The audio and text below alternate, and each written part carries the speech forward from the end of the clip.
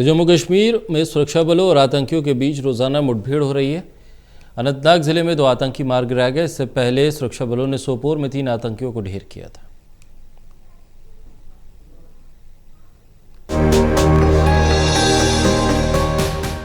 जम्मू कश्मीर के अनंतनाग जिले में आतंकी और सुरक्षा बलों के बीच मुठभेड़ हुई। इस मुठभेड़ में सुरक्षा बलों ने 2 आतंकियों को ढेर कर दिया। मारे गए आतंकियों के पास से 2 AK-47 भी बरामद की गई। सूत्रों की माने तो मारे गए दोनों आतंकी लश्कर के सदस्य थे, जिसमें से एक पाकिस्तानी और दूसरा स्थानीय निवासी था। इस ऑपरेशन को CRPF की क्विक एक्शन टीम के साथ ही पुलिस और सेना की 3 राष्ट्रीय राइफल्स की नियुक्त टीम ने अंजाम दिया। इससे पहले भी उत्तरी कश्मीर के बारामूला जिले के सोपोर में कल सुरक्षा बलों ने 3 आतंकियों को मुठभेड़ में मार गिराया था। मारे गए आतंकियों के पास से 3 AK-47 राइफल और विस्फोटक सामग्री भी बरामद की गई थी।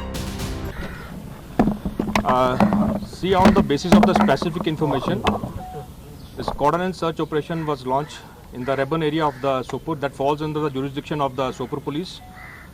And when the search parties were searching the target house and the nearby houses, and the moment when they were evacuating the civilians from the nearby houses, the militants who are hiding inside the houses, they have started indiscriminate firing on the security forces, which led to the encounter.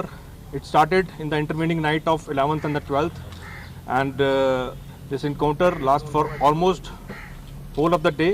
And after the conclusion of the encounter, 3 militants have been neutralized, and out of 3 militants, the identity of the 2 militants have been ascertained. They are foreign terrorists. Their code is Usman Bhai, and the second one is Saifullah. And so far as the involvement of these militants are concerned, is Usman Bhai. He was involved in the recent attack in the model town in the Sopor, in which 1 CRPF personnel attained martyrdom and another civilian got killed. And so far as their involvement in the other incidents are concerned, we are ascertaining. So far as the identity of the 3rd militant is concerned, it is yet to be ascertained. And they belong to a Lashkar-e-Toiba outfit. बता दें कि सोपोर के रेबान गांव में आतंकियों की मौजूदगी की खबर पर रविवार को सुबह तड़के 4 बजे सुरक्षा बलों ने सर्च ऑपरेशन चलाया। आतंकी उसी गांव के एक घर में छिपे हुए थे। आतंकियों ने घेरा सख्त होता देख सुरक्षा बलों पर फायरिंग शुरू कर दी। हालांकि पहले तो सुरक्षा बलों ने उन्हें समर्पण करने का भरपूर मौका दिया, लेकिन जब आतंकियों ने सुरक्षा बलों पर जबरदस्त फायरिंग की तो जवाबी कार्रवाई करते हुए सुरक्षा बलों ने आतंकियों को ढेर कर दिया। IGP विजय कुमार ने बताया कि इनमें से एक आतंकी पाकिस्तानी आतंकी संगठन लश्कर-ए-तैयबा का है, जिसका नाम उस्मान है। ये हाल ही में हुए सोपोर हमले में भी शामिल था। उस हमले में एक CRPF का जवान भी शहीद हुआ था और एक नागरिक भी मारा गया था। सूत्रों की माने तो जम्मू कश्मीर में कई नेता आतंकियों के निशाने पर हैं।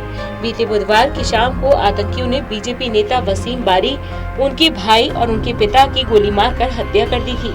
इस हत्याकांड में एक स्थानीय और एक पाकिस्तानी आतंकी शामिल था। इस हत्याकांड के बाद से सुरक्षा बलों की ओर से पूरे उत्तरी कश्मीर में अभियान चलाया गया। इसी कड़ी में भी आतंकियों की तलाश की जा रही थी। सोपोर में भी आतंकियों को ढूंढ निकालने में सफलता मिली। इतना ही नहीं, सूत्रों की माने तो आतंकी 5 अगस्त तक किसी व्यापक हिंसा की साजिश को अंजाम देने की फिराक में है। अनुच्छेद 370 हटने के 1 साल पूरे होने पर ये षड्यंत्र सीमा पार से रचा गया है।